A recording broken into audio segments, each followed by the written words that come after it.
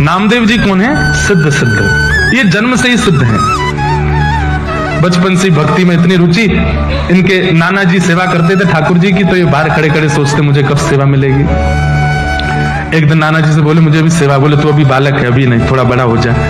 थोड़े बड़े हो गए, बोले अब तो दीजिए। बोले अभी मैं हूं, जब तक मैं हूं तब तक मुझे करने दो, कभी मेरा कहीं आना जाना होगा तो ठाकुर जी की सेवा तुम कर लेना। अब तो वो हर दिन अपने नाना जी से पूछें आप कब जाओगे, आप जाओगे कब? नाना जी कोई काम नहीं है आपको, कहीं दूर चले जाओ, थोड़े पुण्य आदि हुआ हो कहीं, मैं सेवा करूं ठाकुर जी की।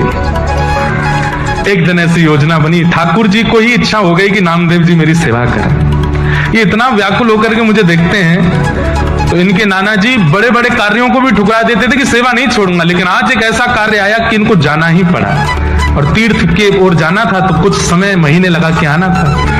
बोले नामा, बोले जी नाना जी, बोले अब तेरा समय आ गया, अब मैं जा रहा हूं तीर्थ में, तू कर सेवा। ओहो, नामदेव जी तो नाचने लगे, बोले ऐसे सजाऊंगा, ऐसे श्रृंगार करूंगा, ऐसे भोग लगाऊंगा, अब तो मैं सेवा करूंगा, अब तो मैं इनके संग आनंद करूंगा। वामदेव जी चले गए, नामदेव जी सेवा में आए। ठाकुर जी की कुछ विधि सेवा की नाना जी बता के गए थे, बिना भोग लगाए पाना नहीं। ठाकुर जी के आगे भोग पधराया, भोग पधरा करके नामदेव जी बैठ गए, बोले पाओ। ठाकुर जी चुपचाप खड़े हैं, थोड़ी देर हो गई, बोले आप पा क्यों नहीं रहे, कुछ भोग में प्रसाद में कमी है, पा लीजिए नाथ। आप नहीं पाएंगे तो मैं भी नहीं पाऊंगा। एक दिन नहीं पाया, 2 दिन नहीं पाया, तीसरा दिन आ गया। यहाँ छोटे से नामदेव जी भी भूखे प्यासे बेचारे, जब तक ठाकुर जी नहीं पाए मैं कैसे पाऊं। तीसरा दिन जब आया, ठाकुर जी ने आज भी जब भोग नहीं पाया, तो श्री नामदेव जी ने एक छुरी उठा ली और अपने गले पर रख ली। बोले आपको नाना जी की बहुत आदत लग गई है, उन्हीं के हाथ का पाते हो, उन्हीं के हाथ से राजी रहते हो, मैं क्या कमी कर रहा हूं, मैं इतने भाव से तो सेवा करता हूं, मेरे हाथ से क्यों नहीं पा रहे? आज भी अगर आपने नहीं पाया, मुझे ऐसा लग रहा है मेरी भक्ति शून्य हो रही है, आप नहीं पा रहे हैं, तो आपने नहीं पाया तो मैं अपने प्राण त्याग दूं। इतने में ही ठाकुर जी प्रकट हो गए, हाथ पकड़ लिया। अरे नामा, मैं ऐसे ही थोड़ी आ जाता हूं, तपस्या करनी पड़ती, कुछ दिन प्रतीक्षा करनी, तू 3 दिन में ही तू छुरी लेके बैठ गया। कुछ दिन तो प्रतीक्षा करनी थी, कुछ दिन तपस्या कर, प्रतीक्षा कर, फिर आऊंगा। नामदेव जी ने हाथ पकड़, अब आ गए हो तो क्यों जा रहे हो, अब पी जाओ, खा जाओ इसको। ठाकुर जी बोले बहुत सरल है, बहुत सहज है। बंधुओं, या तो भयंकर तपस्वी नाम जापक आदि कुछ बन जाए तो भगवत कृपा, या अत्यंत सरल सहज बन जाए, इतना सीधा, इतना भोला भौंदू बन जाए तो ठाकुर जी की कृपा होती है। बैठ गए, नामदेव जी सुंदर सुंदर पकवान देते हैं, ठाकुर जी प्रेम से पाते हैं। अब तो इतने प्रसन्न हो गए नामदेव जी कि रोज ठाकुर जी आते हैं। नाना जी लौट करके आ गए कुछ दिन बाद। जैसे ही नाना जी आए, आकर के बोले कैसी रही सेवा आदि, कैसी चल रही है? आप ही जाके पूछ लो, भीतर जाके आप ही देख लीजिए। तुम्हारा जैसे वामदेव जी ने प्रवेश किया तो ठाकुर जी अलग ही चमक रहे थे, और मंदिर का वातावरण, आभा, प्रभा, सुगंधी सब कुछ से लगने लगा कि ठाकुर जी सेवा तो हुई है। नामदेव जी को हृदय से लगाया, बहुत प्रसन्न हुए।